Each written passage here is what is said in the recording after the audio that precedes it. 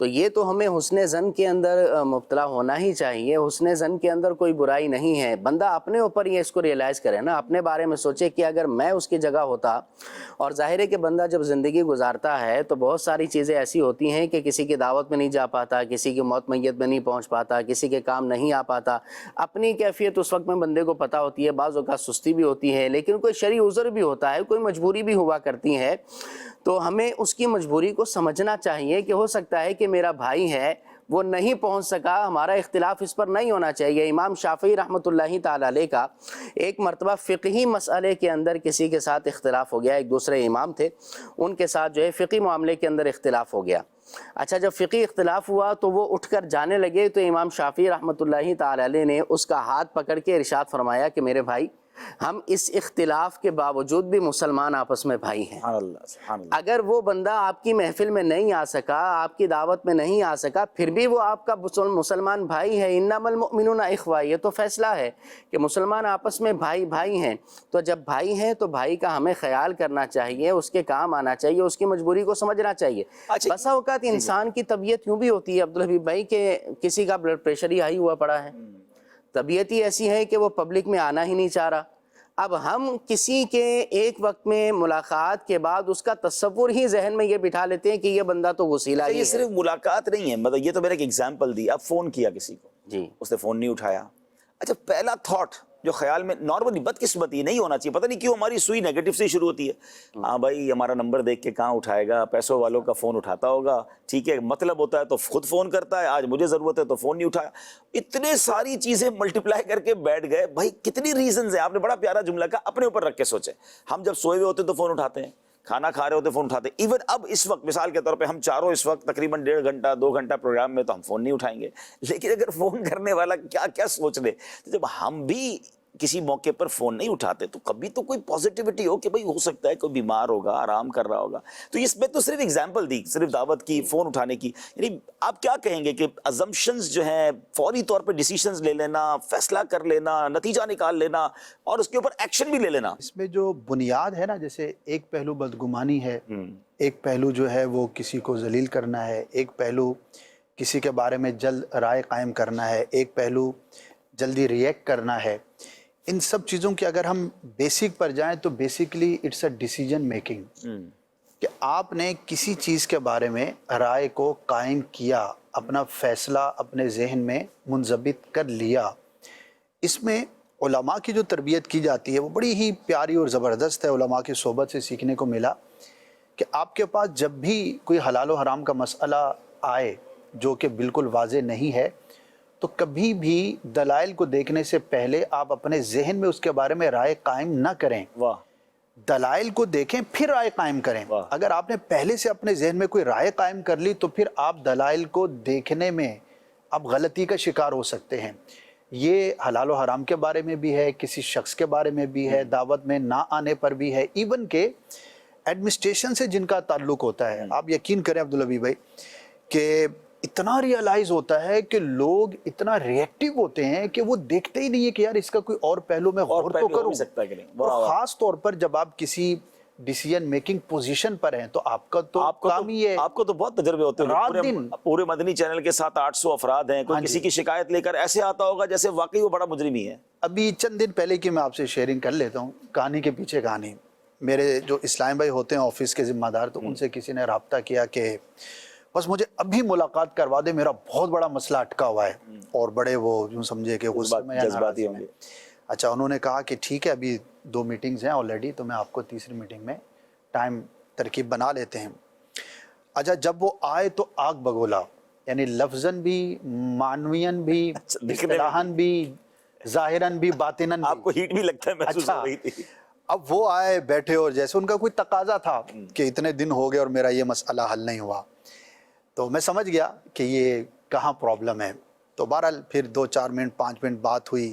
میں نے دوسرا پہلو ان کے سامنے رکھا کہ آپ نے اس چیز پر اتنا ناراضی کا اظہار کر رہے ہیں, تو پچھلے 2 سال کے اندر کتنی ایسی چیزیں ہیں جو آپ کے وقت پر پوری ہو گئی. یہ ایک پہلو, ٹھیک ہے, یعنی میرے سامنے یہ پہلو کہ میرا یہ کام نہیں ہوا, میں نے دوسرے 10 کام جو میرے ہو گئے اس کو سوچا نہیں. جب ان سے یہ میں نے سوال کیا تو اب وہ سوچنے لگے کہ ہاں سوال تو ویلڈ ہے. اب انہوں نے گنانا شروع کیا, ہاں یہ بھی ہو گیا, یہ بھی ہو گیا, یہ بھی ہو گیا. اچھا جیسے ہی دوسرا پہلو ان کے اپنے سامنے آیا, آپ یقین کریں ان کے چہرے پہ مسکراہٹ تھی اور کہنے لگے نہیں میں شکایت نہیں کرتا, میرے واقعی کام ہوتے ہیں, اس کام میں تھوڑا سا ڈیلے ہو گیا, آپ درست کر دیں. اچھا اب اس شخص کے سامنے دوسرا پہلو نہیں تھا جو ہم بات کر رہے تھے, دعوت میں نہ آنے کیا. تو یہ بھی ڈیسیژن میکنگ ہے کہ میں کسی بھی اپنے ڈپارٹمنٹ کے بارے میں کہ جس نے میرا کام کرنا ہے یہ ذہن بنا لوں کہ یار اس نے میرا کام خامخواہ ڈیلے کیا ہے, جبکہ دوسرا پہلو میں نے غور ہی نہیں کیا, اور اس سے بھی نہیں پوچھا, اور اس پہ جو ہے وہ میں. تو یہ ہمارے خاندان کے اندر بھی ہے, بھائی بہن کے اندر بھی ہے, ماں باپ کے اندر بھی ہو سکتا ہے, اولاد کے معاملے میں بھی ہو سکتا ہے. اولاد ہی اپنے ماں باپ کے بارے میں عموماً جب تقاضا کرتی ہے کہ ابو یہ چیز چاہیے, اب باپ کی پوزیشن نہیں ہے, ہو سکتا ہے اس نے پورا نہ کیا ہو, تو بچے عموماً ناراض ہوتے ہیں, جبکہ دوسرا پہلو نہیں دیکھتے. اچھا پرسیپشن ہی بنا لیتے ہیں, ابو کا کام تو منع ہی کرنا ہے, امی تو ہماری ضد پوری نہیں کرتی. اچھا میں اس بات کو تھوڑا سا اور کنٹینیو کرتے ہیں. ماں باپ کی بہت ساری قدر تو چلیں ان کی موجودگی میں ہوئی, لیکن میں یہ سمجھتا ہوں کہ شاید ماں باپ کی اصل قدر جب ہوتی جب آپ خود ماں باپ بنتے ہیں. جی اس کے بعد لگ پتا جاتا ہے کہ ابو کیوں روکتے تھے. اس کہانی کے پیچھے جب اصل کہانی کھلتی ہے نا, یقین کریں جب چھوٹا بچہ ہمیں نہیں سونے دیتا نا, ایسا ہی پھر پتہ چلتا. اچھا آج کے دور میں ہم جب بچے تھے تو 40 ایئرز پرانی بات تھی, آپ 30 ایئرز 35, تو یہ 25-30 سال پہلے کیا سہولیات تھی, اور اب سہولیات کتنی آسان. اب ہماری حالت بری ہے جب ہوتی ہے کہ رات وہ نہیں سونے دے رہا تو اس کی جناب ڈاکٹر کے پاس لے جانا ہے تو اس کو جناب پرابلم ہے. تو 40 سال 30 سال پہلے کس طرح انہوں نے. اچھا اللہ کی رحمت سے اگر ایک اور بات پتہ نہیں, میں نے بہت ساروں سے ڈسکس کیا, ایسا ہی ہے کہ الحمدللہ فرام لاسٹ 30 ایئرز میں سب نے گرو کیا ہے. جی ٹھیک ہے نا, پیسوں کے لحاظ سے, سہولیات کے لحاظ سے. ہم خود اپنے بارے میں جتنے بھی لوگ سن رہے 30 سال پہلے ہم کہاں تھے, 25 سال پہلے کہاں تھے, آج اللہ نے سب کو کچھ نہ کچھ ضرور ترقی ہوئی. تو سہولیات بھی کم تھی, مال و دولت بھی کم تھا, اس میں ماں باپ نے ہمیں پالا, اور ہم اتنے ریلیکسیشن کے بعد اپنے بچوں کو جب دیکھتے ہیں. اچھا جب ہم آج اپنے بچے کو کسی چیز کے روکتے ہیں نا تو یاد آتا ہے ابو مجھے بھی تو روکتے تھے, وہ سب برا لگتا تھا. آج سمجھ آ رہا ہے کہ ابو نے جہاں جہاں روکا وہ ٹھیک تھا. یعنی یہ تو ریئل کہانی کے پیچھے کہانی ہے نا, اپنے ساتھ بیتی ہوئی کہانی, سب کے ساتھ یہ کہانی ہے. اس پہ کسی نے بڑا زبردست جو ہے وہ کمپیریزن دیا تھا, اور ہمیں as a nation, as a قوم اور ایز اے مسلم ہمیں ضرور اس پہ غور کرنا چاہیے. اس نے کہا کہ آپ 4 جنریشنز کا کمپیریزن کریں, اپنے دادا, آپ کے والد, آپ خود اور آپ کے بچے. اچھا یہ 4 جنریشنز ایسی ہیں کہ جن کی معلومات ہمیں تقریباً ہوتی ہیں.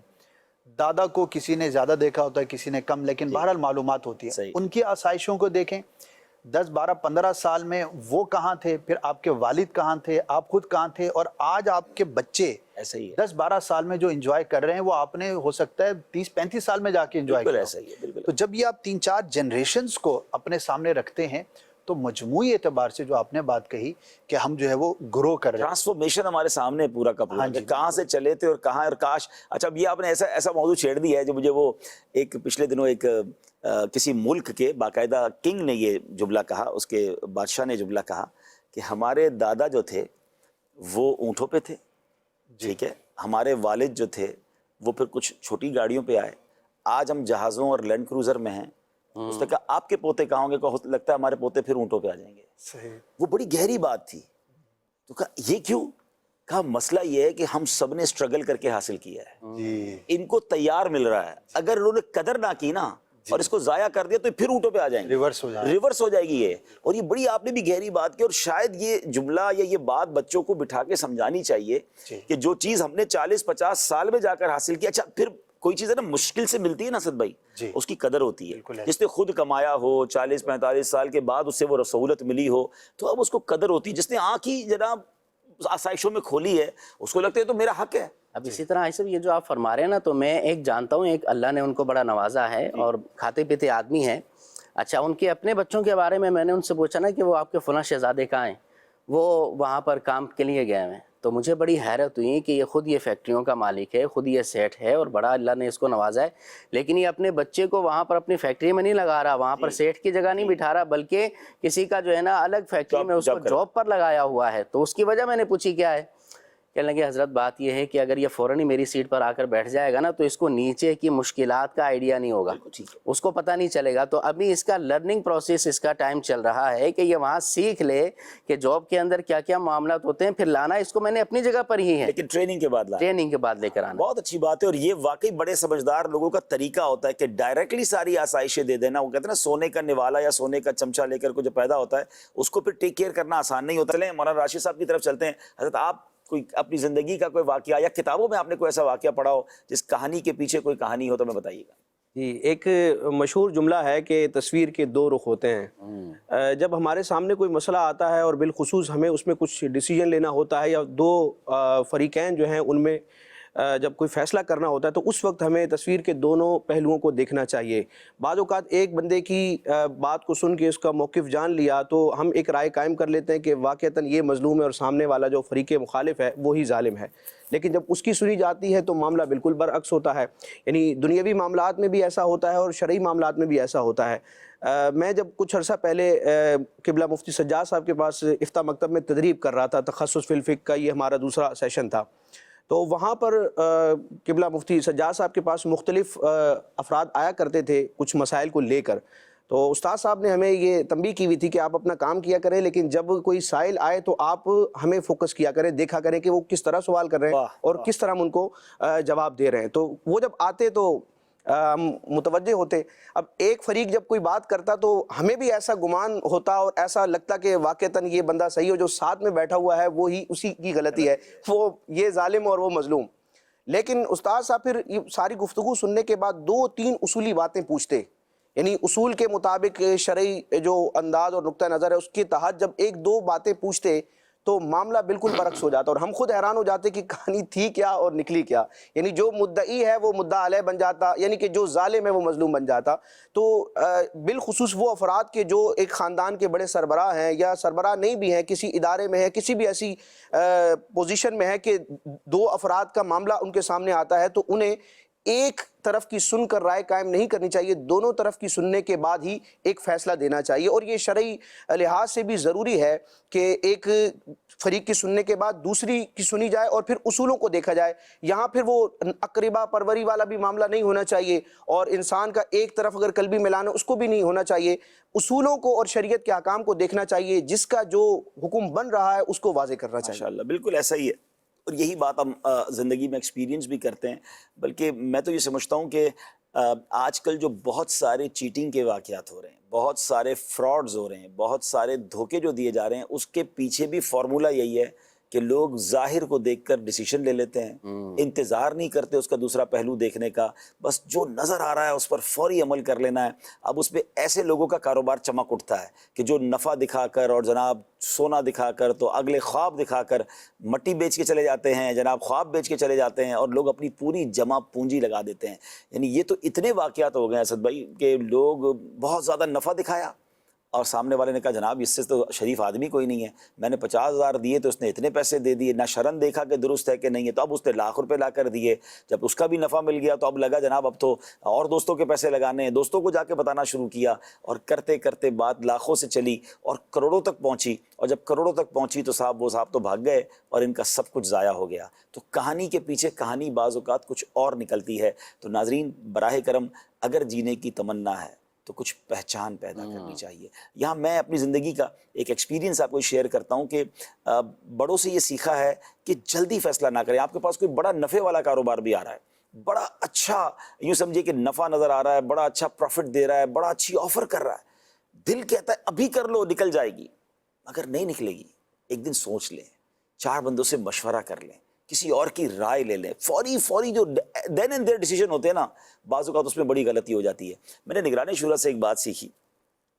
ہم ایک بار مدنی مشورہ کر رہے تھے، بڑا انٹینس اور بڑا اہم مشورہ تھا.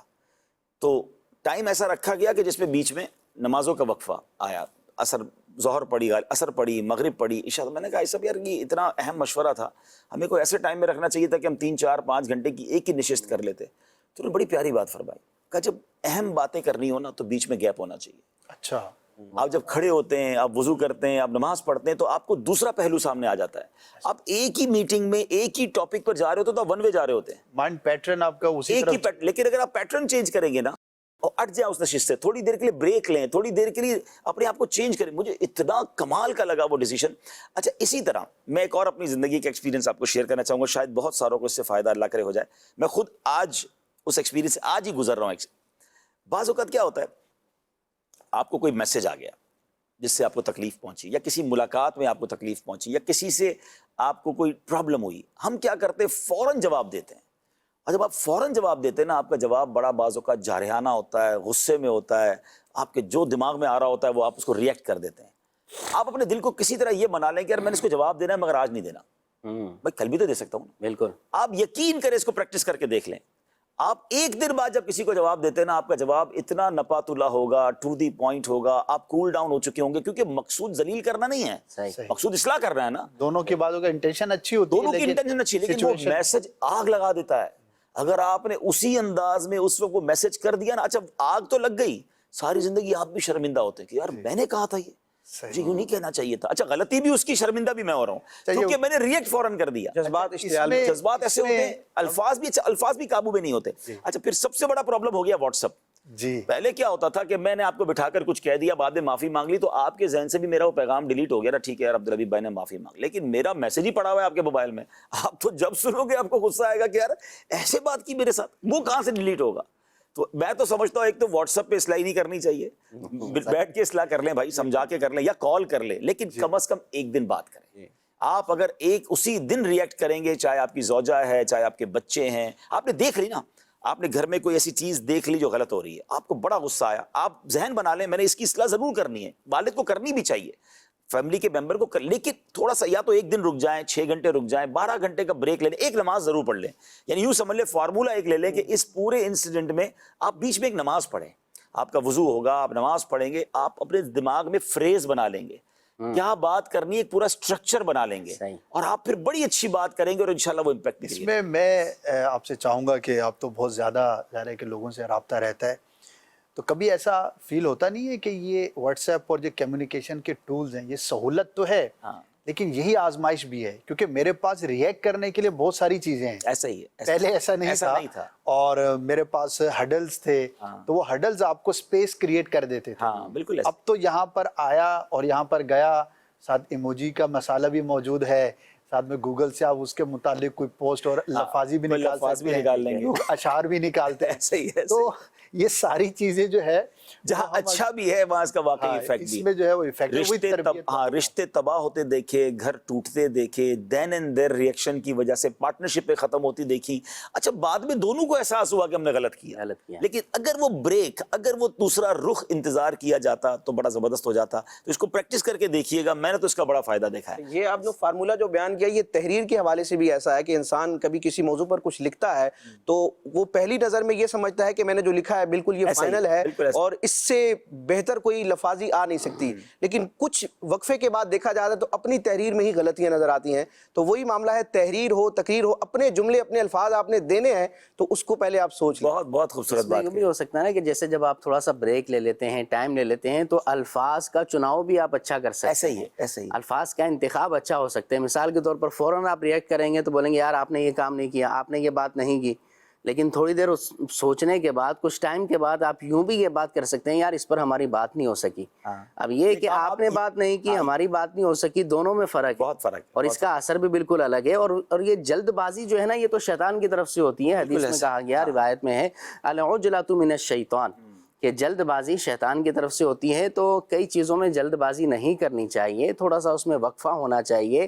یہ اسلام کا حسن بھی ہے کہ اسلام اس طرف ہماری توجہ بھی دلاتا ہے. سبحان اللہ, سبحان اللہ. جناب بہت خوبصورت باتیں ہو رہی ہیں, اور یہ واقعی وہ باتیں ہیں جو اگر ہم اپنی زندگی میں اس کو امپلیمنٹ کریں تو اس کا نتیجہ نکلے گا, اور اچھے طریقے سے ریئیکٹ کرنے کا بڑا شاندار انداز بھی ہوتا ہے. مجھے نبی پاک علیہ الصلوۃ والسلام کا وہ مبارک واقعہ یاد آ گیا کہ پیارے آقا علیہ الصلوۃ والسلام کی بارگاہ میں آ کر, اس حدیث کا مضمون ہے کہ ایک شخص نے آ کر بڑا عجیب, بڑا آکورڈ اور بڑا اس کہ بدتمیزی والا سوال کر لیا دیکھا جائے تو, کہ حضور مجھے زنا کی اجازت دیجیے, مجھے بدکاری کی اجازت دیجیے. اب یہ کتنا خطرناک سوال ہے, اور کس سے ہو رہا ہے, جن کا ادب سب سے زیادہ کرنا چاہیے. اور صحابہ کرام اریٹیٹ ہوئے اس سوال سے, مگر نبی پاک کا خوبصورت انداز دیکھیں. پیارے آقا علیہ الصلوۃ والسلام نے رائٹ اوے جواب دینے کی بجائے کیا فرمایا, آپ نے کیا فرمایا کہ اگر یہ کام کوئی تیری والدہ کے ساتھ کرتا تو تجھے پسند آتا, تیری بہن کے ساتھ کرتا, تیری خالہ کے ساتھ. نبی پاک اس کو رشتے بتاتے رہے اور وہ کہتا حضور میں کیسے برداشت کر سکتا ہوں, یہ کیسے ہو سکتا ہے. اور جب تمام چیزوں میں اس نے ڈینائی کیا تو اب نبی پاک نے فرمایا کہ تم جس کے ساتھ یہ برا کام کرنا چاہتے وہ بھی تو کسی کی بہن, کسی کی والدہ یا کسی کی رشتہ دار ہوگی. سبحان اللہ, look at the way of realization. Direct shout بھی کیا جا سکتا تھا, ڈائریکٹ پنشمنٹ بھی دی جا سکتی تھی, مگر یہ تربیت کا انداز. اور پھر نبی پاک نے اس کے لیے دعا بھی فرمائی, اس کے سینے پر ہاتھ رکھ کر دعا فرمائی. اور سبحان اللہ, روایتوں کے الفاظ ہیں کہ ساری زندگی پھر اس کے دل میں یہ خیال نہیں آیا. اب یہ کتنا شاندار طریقہ ہے کہ کسی کی غلطی پر ڈائریکٹ کہنا کہ تم نے یہ غلطی کیوں کی ہے, تمہیں شرم نہیں آتی, اتنا ٹائم ہو گیا یہ کام کرتے ہوئے اب تک نہیں سیکھے ہو. یہ بھی ایک انداز ہے. اور اگر اس غلطی کا بٹھا کر اسے احساس دلا دیا جائے, ریئلائزیشن کرا دی جائے, تو میں سمجھتا ہوں بات بھی پہنچ گئی ہے. پہلے یہ طے کر لیں ناظرین, میں نے کسی کی اصلاح کرنی ہے یا اس کو ذلیل کرنا ہے. اگر آپ کا ارادہ ہی ذلیل کر رہے ہیں تو پھر الگ بات ہے. اور اگر آپ اصلاح کرنا چاہتے ہیں تو نارملی جس طرح ہم اصلاح کر رہے ہوتے ہیں نا, وہ اصلاح کا طریقہ نہیں ہے. کسی برتن میں پہلے ڈنڈا مار کر سوراخ کر دیں اور اب کہیں میں اس میں ذہانت کا پانی بھر رہا ہوں, تو پانی تو ضائع ہو جائے گا نا. آپ سوراخ نہ کریں, پہلے اس کو سمجھانے کی کوشش کریں. آئیے کچھ آپ کو اسٹوریز سناتے ہیں, کچھ واقعات سناتے ہیں. کتاب الکبائر میں بڑی پیاری کتاب ہے اور اس کے اندر ایک واقعہ بڑا ہی سبق آموز موجود ہے. ایک شخص کے بارے میں آتا ہے, امام زہبی نے اس واقعے کو نقل کیا کہ کسی بزرگ نے ایک شخص کو دیکھا کہ جس کا بازو کاندھے سے کٹا ہوا تھا اور وہ آواز لگا رہا تھا, جس نے مجھے دیکھا ہے وہ کبھی کسی پر ظلم نہ کرے, جس نے مجھے دیکھا ہے وہ کبھی کسی پر ظلم نہ کرے. بزرگ کہتے ہیں میں نے ماجرا پوچھا کہ بات کیا ہے. اس نے بتایا کہ بات یہ ہے کہ ایک گروپ تھا ہمارا اور میں ان بدماشوں کا میں بھی ساتھی تھا. اور بدماشوں کا تو سٹائل ہوتا ہے کہ جس سے جو چاہا چھین لیا, جہاں چاہا ظلم کیا. کہتے ہیں ایک بازار میں گئے, وہاں مچھلی بک رہی تھی. مجھے فش بڑی پسند آئی, بڑی فریش فش تھی, بلکہ اس وقت بھی وہ تڑپ رہی تھی. میں نے مچھیرے سے پوچھا یہ مچھلی دکھاؤ. اس نے مجھے مچھلی دکھائی. اس نے کہا صاحب مثال کے طور پہ یہ 500 روپے کی ہے. اس نے کہا کبھی ہم نے بھی کسی کو پیسے دیے ہیں؟ اور میں نے اس کو دھکا دیا اور مچھلی لی اور چلنا شروع ہو گیا. وہ پیچھے آوازیں لگاتا رہا, وہ روتا رہا اور میں نے اس کو جواب نہ دیا. لیکن جب میں ہاتھ میں مچھلی لے کر جا رہا تھا تو وہ مچھلی چونکہ پھڑک رہی تھی تو اس نے میرے انگوٹھے پر کاٹ لیا. میں نے اس کو نارمل لیا, گھر گیا, بیوی کو کہا کہ مچھلی پکاؤ, لیکن میرے انگوٹھے میں بہت شدید درد ہونا شروع ہو گیا. میں قریب ڈاکٹر کے پاس گیا, ڈاکٹر کو دکھایا. ڈاکٹر نے کہا کہ اس میں تو زہر پھیل گیا ہے, فوری فیصلہ کرو ورنہ یہ زہر آگے بڑھ جائے گا. مرتا کیا نہ کرتا, انگوٹھا کٹوایا, پٹی بندھوائی, روتا ہوا گھر آیا. تکلیف کا عالم تھا. وہ کہتا ہے کہ اس کے بعد کیا ہوا کہ ایک دن پھر میرے ہاتھ پر چوٹ آئی, پرانا زخم تازہ ہو گیا. طبیب کے پاس گیا تو اس نے کہا کہ اس چوٹ کی وجہ سے وہ زہر جو تھا پورے ہاتھ میں پھیل گیا ہے, تمہیں اپنا پنجہ جو ہے وہ یہ کٹوانا پڑے گا. اللہ, وہ کٹوایا مگر درد سارے بازو میں پھیل گیا. اللہ. جب دوبارہ طبیب کے پاس گیا تو اس نے کہا کہ ہماری جو ہے وہ سائنس بھی اب کام نہیں کر رہی, عقل کام نہیں کر رہی, لیکن زہر اب پورے بازو میں پھیل گیا ہے. اب اس نے اپنے کاندھے تک اپنا بازو کٹوا لیا. کچھ سمجھدار دوستوں نے کہا کہ کوئی بات ہوئی تھی جو ایک کے بعد ایک تمہاری چیز ضائع ہو رہی ہے, کوئی عجیب واقعہ تو نہیں ہوا تمہارے ساتھ؟ وہ کہتا ہے ہاں واقعہ تو ہوا ہے. کچھ دن پہلے میں ایک مچھیرے کو دکھی کر ظلم کر کے اس سے مچھلی لے کر آ گیا اور وہ روتا بلکتا رہ گیا. تو ان کے دوستوں نے کہا کہ جلدی کرو, اس مچھیرے کے پاس جا کر معافی مانگ لو ورنہ کہیں ایسا نہ ہو ایک ایک کر کے سارا جسم ہی کٹ جائے. ڈھونڈتا ڈھونڈتا اس مچھیرے کے پاس پہنچا. غریب آدمی تھا. اس کے دروازے پر جا کر اس کے قدموں میں گر گیا, کہا خدا کے واسطے مجھے معاف کر دو, میرا حال تو دیکھو کیا ہو گیا ہے. غریب آدمی تو تھا مگر دل اس کا بڑا تھا. اس نے کہا جا میں نے تجھے معاف کیا. مگر کسی نے اس مچھیرے سے پوچھا کہ جب یہ مچھلی لے کر گیا تھا تو تم نے کوئی دعا کی تھی, تم نے کیا کیا تھا؟ کہتا ہاں, جب یہ میری مچھلی چھین کر مجھ سے گیا تھا تو میں نے بارگاہ الہی میں دعا کی تھی کہ اللہ میں کمزور ہوں, یہ میرے بچوں کی روزی لے کر مجھ سے چلا گیا, اے اللہ بدلہ اب تو نے لینا ہے, اے رب العالمین میرے ساتھ جو ظلم ہوا ہے اس کا بدلہ تو نے لینا ہے. تو اے میرے پیارے اسلامی بھائی, اس پوری کہانی, اس پورے واقعے سے کتنا بڑا سبق ملتا ہے کہ کبھی کسی پر زیادتی نہیں کرنی ہے, کبھی کسی کی ہائے نہیں لینی ہے. ہم بعض اوقات پتہ کیا ہوتا ہے, ہماری کہانی پتہ کیا ہے, کاروبار ڈاؤن ہو رہا ہے, یار لگتا ہے کوئی ڈیسیشن غلط ہو گیا ہے, صحت ڈاؤن ہو رہی ہے, لگتا ہے کوئی میں نے کھانے پینے میں غلطی کی ہے. ہم کہانی کو بہت زیادہ پریکٹیکل دیکھ رہے ہوتے ہیں. ہماری فیملی بہت خوشحال رہ رہی ہوتی ہے اور اچانک فیملی میں ناراضگی, جھگڑے اور ناچاکیاں شروع ہو جاتی ہیں. چیک کیجئے اس کہانی کے پیچھے کئی اور کہانی تو نہیں ہے, کسی کی ہائے تو نہیں لے لی, کسی پر زیادتی تو نہیں کر لی. یاد رکھیے جب مظلوم ہاتھ اٹھاتا ہے نا وہ دعا عرش تک جاتی ہے, پھر اس کے بعد ظالم کا بیڑا غرق ہی ہونا ہوتا ہے. پنجابی لوگ بڑی کمال کی بات کہتے ہیں مضبوط آدمی سے نہ ڈرو, ماڑے آدمی سے ڈرو. میں تو ماڑے کا مطلب بھی نہیں سمجھتا تھا. پھر میں نے پوچھا ماڑا کس کو کہتے ہیں؟ کہتے ہیں ماڑا کمزور کو کہتے ہیں. تو میں نے کہا کمزور سے کیوں ڈریں؟ کہ مضبوط آدمی نے تو خود ہی بدلہ لے لینا ہے, ماڑے نے کرنا کچھ نہیں ہے, ہاتھ اٹھانا ہے. ہاں, وہ اللہ کی بارگاہ میں اپنے جو ہے نا معاملات جب سپرد کر دے گا نا, پھر وہاں سے فیصلے ہونا شروع ہو جائیں گے. اچھا, یہ سارا دیکھیے کتنی کمال کی کہانی ہے کہ ہم ماڑے آدمی کو, کمزور کو تو سمجھتے کو کہتے رگڑ دو اس کو, یہ کیا کر لے گا؟ نہ اس کی آواز ہے, نہ اس کا کوئی چاہنے والا ہے, نہ اس کے پاس کوئی کرو فر ہے. میرے گارڈ, میرے اللہ تللے, میرے چاہنے والے, اس کی تو میں مطلب اس کو بیڑا غرق کر دوں گا. یہ بے وقوفی ہے جو یہ سوچتے ہیں نا, جو تکبر کرنے والے, گھمنڈ کرنے والے, زمین پر قبضہ, کسی کا مال دبا لیا, کسی کو ڈانٹ دیا, نوکری سے نکال دیا, گالیاں دی. ملازم آدمی کیا کرے گا؟ ہاں, یہ بھی بڑا پرابلم ہے. کئی ملازمین کو جو جی میں آتا ہے کہتے ہیں. اچھا, ملازم بھی اس لیے نہیں جاتا, اس کو پتا ہے جاب چلی گئی تو غریب آدمی کہیں اور نوکری نہیں ملے گی. لیکن اس کا مطلب یہ نہیں ہے کہ آپ کو یہ اختیار مل گیا ہے آپ اس کو دبا دیں. وہ دعا کر دے گا نا. اگر اس نے ہاتھ اٹھا لیا, اچھا ہاتھ اٹھانا بھی ضروری نہیں ہے, دل سے ہی ہائے لگ گئی, تو آپ کدھر جائیں گے؟ کیا فرمائیں گے عمران بھائی اس واقعے سے؟ دیکھیں جی, مضطرب دل کی دعا اللہ پاک قبول فرماتا ہے. دعا کی قبولیت کے جو اسباب لکھے گئے ہیں, فضائل دعا جو کتاب ہے اس کے اندر بھی موجود, کہ مضطرب جو دل ہے نا, بے چین دل جو ہوتا ہے, گھبراہٹ کے اندر ہوتا ہے, پھر وہ اپنے رب سے رجوع کرتا ہے, لاؤ اپنے رب سے لگاتا ہے, پھر جو بندہ دل سے نکالتا ہے, اللہ رب العالمین کے عرش کو وہ چیزیں ہلا دیتی ہیں, اور وہ پھر بندے کی دعا قبول ہوتی ہے. تو ڈرنا چاہیے. واقعی آپ نے درست فرمایا کہ کمزور آدمی اگرچہ آپ سے بدلہ نہیں لے سکتا, اگرچہ آپ کو جو ہے وہ آپ کے بدلے میں نہ بول سکتا ہے, نہ اپنے ہاتھ سے کوئی حرکت کر سکتا ہے, لیکن اس کے دل کی کیفیت کو غور کریں. اس کے پاس ایک پکار ہے حضرت, تو وہاں تک جائے گی نا جس کا اندازہ ہی نہیں لوگوں کو. اور واقعی برباد ہوتے دیکھا ہم نے, چلتی گاڑی تباہ ہو جاتی ہے, چلتا کاروبار جو ہے وہ ختم ہو جاتا ہے, پتہ نہیں کیا ہو جاتا ہے. تو اس پہ غور کریں. اس میں یہ آج کے پروگرام کے لیے اسی سے ریلیٹڈ ایک واقعہ ہے.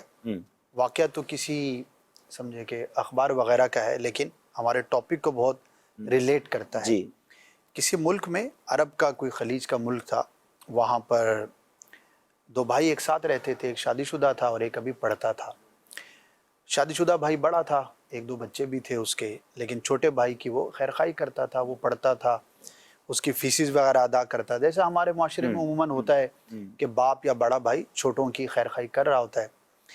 اتفاق یہ ہوا کہ چند سال کے بعد اس بڑے بھائی کا انتقال ہو گیا.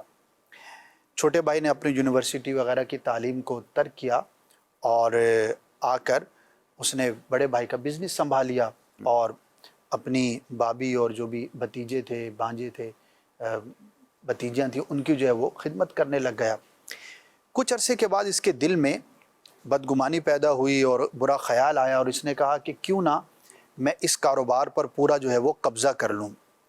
اس نے اس کاروبار پہ قبضہ کیا اور جو بھی پیسے وغیرہ تھے اس کو جمع کیا, اور کسی اور کنٹری کے اندر شفٹ ہو گیا. وہاں جا کر اس نے شادی بھی کی, کاروبار چمکایا, 8 10 12 سال وہاں پر چلتا رہا. پیچھے سے اس کے بھتیجے رابطہ کرتے رہے, کوشش کرتے رہے کہ ہمارا حق دے دو, ہمارے باپ نے تمہارے ساتھ اتنی خیرخواہی کی, آپ ہمارے چچا بھی ہو. لیکن ظاہر ہے کہ جب بندے پر یہ تکبر غالب ہوتا ہے اور وہ بڑا کروفر میں ہوتا ہے, تو وہ گویا کہ بھلا بیٹھا. 10 12 سال کے بعد ایک خیال آتا ہے کہ میں اپنے ملک واپس جاتا ہوں اور واپس جا کر میں اپنی بقیہ زندگی گزارتا ہوں. تو کاروبار چونکہ وہاں پہ بھی کامیاب ہو گیا تھا اس کا, تو اپنا وہ سارا مال و اسباب لے کر اپنے آبائی علاقے میں واپس آیا اور آ کر وہاں پہ کاروبار کرنے لگ گیا. یہاں پر جو اس کا بھتیجا تھا وہ تھوڑا بڑا ہو گیا, جاب وغیرہ کرنے لگا. تو اس کے والدہ نے کہا کہ تمہارے چچا اپنے ملک واپس آ گئے ہیں اور ہمیں معلوم ہے کہ فلاں مقام پر ان کا اچھا بزنس چل رہا ہے, تو جا کر ایک دفعہ کوشش کر کے دیکھو, ہو سکتا ہے اب دل میں رحم آ جائے, اور جب اتنا پیسہ آ گیا تو زیادہ نہیں تو جو ہمارا حق بنتا تھا وہی دے دیں. تو پہلے تو اس نے منع کیا, لیکن بہرحال ہمت کر کے وہ گیا اس کے آفس میں. جا کر جب اس نے بات کی تو چچا ابھی بھی غرور میں مبتلا تھا اور کہنے لگا کہ تم کون ہو, میں تو تمہیں پہچانتا نہیں ہوں, اور بڑا اس کو ذلیل کر کے نکال دیا. یہ بڑا دل گرفتہ ہو کر گھر واپس آیا, اور ظاہر ہے کہ گھر کے اندر جو بھی گفتگو ہوئی ہوگی وہ بڑی ناگفتہ بے ہوگی.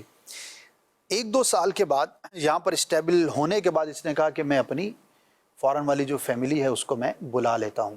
تو لکھا یہ ہے کہ وہ ایئرپورٹ لینے گیا اپنی فیملی کو, بڑی شاندار گاڑی کے اندر بیٹھ کر, پہلی مرتبہ چچا تھا جی, اپنی فیملی کو لے کر جب وہ اپنے گھر کی طرف آ رہا تھا, راستے میں ایکسیڈنٹ کے اندر پوری فیملی کا انتقال ہو گیا. یہاں ان کے ساتھ یہ ماجرا ہوا, اور وہ جو بھتیجا تھا جس کو یہ محروم کر رہا تھا, تو قانون کے اعتبار سے بھی اور شریعت کے اعتبار سے بھی یہ اس کا وارث ٹھہرا. اچھا. اور جا کر اس نے کورٹ کے اندر دعویٰ کیا اور اس کے مال و اسباب میں سے اس کا جو حق بنتا تھا یا جو بھی حصہ بنتا تھا وہ اس کے حصے میں آیا. تو اس پوری کہانی کے پیچھے اگر ہم غور کرتے ہیں تو جب بھی ہم بات کر رہے تھے کہ وہ مظلوم تھے, ان کے چچا نے ان پر ظلم کیا, مال وراثت لے کر چلے گئے, اور معاشرے کے اندر اس طرح کی مثالیں بھی بے شمار ہیں کہ وراثت کے معاملے میں, بیوہ کے معاملے میں لوگ عموماً ظلم کا شکار ہو جاتے ہیں. لیکن اللہ پاک کی خفیہ تدبیر کہ وہ حادثے کا شکار ہوا اور یہ لوگ جو اسٹرگل کر رہے تھے بالآخر ان کو ان کا کچھ نہ کچھ حق بھی ملا اور آئندہ زندگی انہوں نے اچھی گزاری. تو یہاں پر ہمیں ظاہری اسباب کے بجائے مسبب الاسباب کی طاقت پر نظر رکھنی چاہیے. سورہ اخلاص تو تقریباً ہر مسلمان پڑھتا ہے, بچپن میں یاد کر لیتے ہیں, لیکن اللہ الصمد یہ جو لفظ ہے یا یہ جو آیت ہے اس پہ کبھی ہم غور ہی نہیں کرتے. اللہ ایک ہے, قل هو اللہ احد, اللہ الصمد وہ بے نیاز ہے, وہ جب چاہے جس کے بارے میں چاہے جو چاہے فیصلہ فرمائے. اس کی بے نیازی ایسی ہے کہ اس سے کوئی پوچھ نہیں سکتا, نہ اس کے کام کے اندر کوئی روڑے اٹکا سکتا ہے, نہ اس کے ارادے اور مشیت کے خلاف ساری مخلوق مل کر کچھ کر سکتی ہے. ہم کچھ بھی نہیں کر سکتے. یعنی میں انفرادی طور پر تو واقعی کچھ بھی نہیں ہوں, پوری مخلوق مل کر بھی اس کی جو صفت صمد ہے, صمدیت ہے, اس کے مقابلے میں نتھنگ ہے. ہم تو ظاہری کروفر پر, ظاہری اسباب پر, تعلقات پر, اپنے مال پر, اپنی طاقت پر, اپنے اس منصب پر اترا رہے ہوتے ہیں. لیکن اللہ الصمد اسی نے مخلوق کو پیدا فرمایا اور اسی نے تقدیر کو مقدر فرمایا. میں اور آپ یا کوئی بھی شخص یہ جانتا ہی نہیں ہے کہ میرے ساتھ کیا ہونے والا ہے, اور اللہ جب چاہے جس کے ساتھ چاہے جو چاہے معاملہ. اچھا, ایک اور چیز دیکھیے عمران بھائی کہ جو غلط کرتا ہے نا برباد ہوتے اسی کو دیکھا ہے, اور جس کے ساتھ غلط ہوا نا تھوڑا ٹائم لگتا ہے, اللہ پاک اس کو کہیں اور سے نواز دیتا ہے. اس پر حدیث مبارک آپ کو میں عرض کرتا ہوں. مصنف عبد الرزاق کی حدیث مبارک ہے. نبی پاک صلی اللہ علیہ وسلم نے ارشاد فرمایا البر لا یبلا, فرمایا کہ نیکی پرانی نہیں ہوتی, والاثم لا ینسا, فرمایا گناہ بھلایا نہیں جاتا, والدیان لا یموت, فرمایا جزا دینے والا اللہ رب العالمین کبھی فنا نہیں ہوگا. اور پھر ہمارے جو ٹاپک سے تعلق رکھتی ہیں وہ یہ الفاظ ہے اس حدیث مبارک کے, فرمایا فکن کما شئتا, تم جیسے چاہو بن جاؤ, جو چاہو کر لو, جیسا چاہو نپٹا لو, لیکن کیا فرمایا کما تدین تدان, جیسا کرو گے ویسا بھرو گے. آج کسی کے ساتھ جیسا کرو گے کل تمہارے ساتھ ویسا ہی ہوگا. اس کی شرح میں علامہ مناوی رحمۃ اللہ تعالی علیہ نے لکھا ہے, یعنی جیسا تم کام کرو گے ویسا تمہیں اس کا بدلہ ملے گا, جو تم کسی کے ساتھ کرو گے وہی تمہارے ساتھ ہوگا. تو کسی کے ساتھ برائی کر کے کسی کے راستے میں کانٹے بچھا کر آپ یہ سوچیں کہ ہماری راہوں میں پھول بچھائے جائیں گے, ہرگز ایسا نہیں ہوگا. وقتی طور پر ہو سکتا ہے کارپیٹ بھی بچھ جائے ہمارے لیے اور پھول بھی بچھ جائیں, لیکن وہ کانٹوں والا مرحلہ بھی آنے والا ہے. کہتے ہیں نا what go around comes around, جو آپ کرتے ہو وہ گھوم کے کہیں نہ کہیں سے ضرور آتا. اچھا اور پتہ ہے ہمارا فارمولا کیا ہے, یار میں نے اس کے ساتھ بھلا کیا, اس نے تو میرے ساتھ نہیں کیا. یہ ضروری نہیں کہ اس سے بھلائی ملے, کہیں نہ کہیں سے. یہ یعنی بہت خوبصورت بات یہ کہ اگر سارے لوگ مل کر خوشبو پھیلانا شروع کریں. نہیں, اس پر بھی تو واضح ہے نا کہ حل تنصرون و ترزقون الا بدعفائکم. حدیث میں نبی پاک علیہ الصلوۃ والسلام نے فرمایا کہ تمہاری مدد تمہاری قوم کے کمزوروں کے عوض میں کی جاتی ہے. صحیح. تو یہ اگر آپ کہہ رہے ہو کہ میں نے تو اس کے ساتھ بھلائی کی, میرے ساتھ کوئی بھلائی نہیں ہوئی, تو یہ آپ کیسے کہہ سکتے ہو سکتا ہے اسی کے صدقے میں اللہ نے بلائیں تم سے ٹال دی ہوں. بلائیں ٹل گئیں, رزق مل رہا ہے, پتہ نہیں کس کے صدقے میں نوازا جا رہا ہے, کون سا کمزور رشتہ دار ہے جس کی ہم مدد کر رہے ہیں, اس کی دعا سے میرا کاروبار چل رہا ہے. ہو سکتا ہے ہمارے آفس میں کوئی ملازم ہو جس ملازم کے گھر میں کوئی خود وہ نیک ہو یا اس کے گھر میں کوئی نیک ہو جس کو ہماری جاب کی وجہ سے کھانا پہنچ رہا ہو اور اس کی دعاؤں سے یہ سارا کاروبار چل رہا ہو, ہمیں نہیں پتا ہوتا. بزنس کمیونٹی میں آپ کا بیٹھنا کافی ہے, آپ نے بھی دیکھا ہوگا بعضوں کا 4 لوگ مل کر کام کرتے ہیں اور ان میں ایک کمزور ہوتا ہے, لیکن سمجھدار لوگ یہ بات کرتے ہوئے نظر آتے ہیں کہ یار اس کو چھوڑو مت, ہو سکتا ہے کہ اس کے صدقے سے ہم 3 کا بھلا ہو رہا ہو. صحیح ہے. اس کو اپنے نفع میں, اپنی پارٹنرشپ میں, اپنے کام میں باقی رکھتے ہیں, اور یہ بڑا اچھی ایک سینس ہوتی ہے. بلکہ میں اس میں ایک اور بات مزیدار ایڈ کر دیتا ہوں.